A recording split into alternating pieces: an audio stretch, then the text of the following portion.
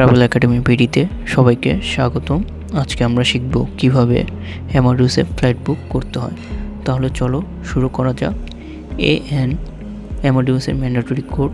আপনার প্যাসেঞ্জার আপনাকে বলল আমি 10ই ডিসেম্বর ঢাকা থেকে কক্সবাজার যাব।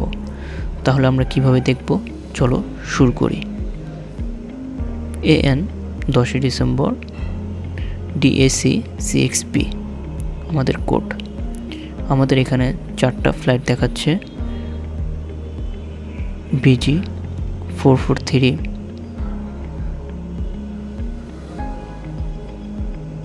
BG 435, BG 437, BG 591।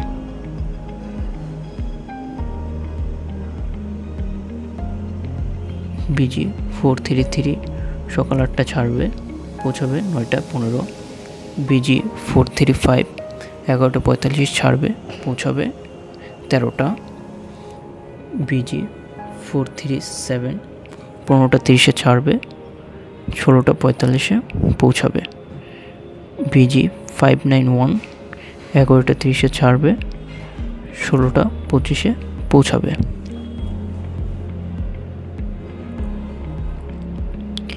ই হলো ইলেকট্রনিক টিকিট,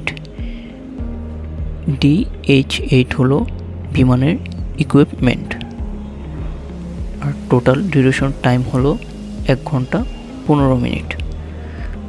তাহলে আমরা আজকে শিখতে পারলাম আমাদের ফ্লাইট কয়টা রয়েছে এবং আমাদের টোটাল ডিউরেশন টাইম কোনটা এবং বিমানের ইকুইপমেন্ট কোনটা।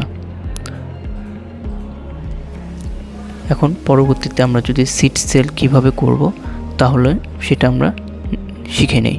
চলো।